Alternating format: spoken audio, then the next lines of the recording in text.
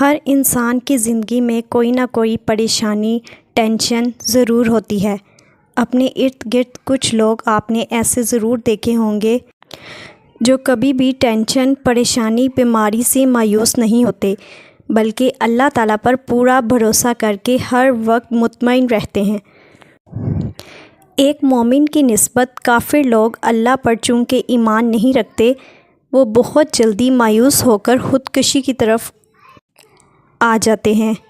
ہم الحمدللہ مسلمان ہیں، ہمیں اللہ پر پورا بھروسہ ہونا چاہیے۔ جس پریشانی میں اللہ تعالیٰ نے ہمیں ڈالا ہے وہ جلدی ہی نکال دے گا۔ آپ اپنی پریشانی سے نکلنے کے لیے روزانہ 2 نفل پڑھیں، اٹھتے بیٹھتے یہ دعا پڑھیں: حسبنا اللہ و نعم الوکیل، نعم المولا و نعم النصیر۔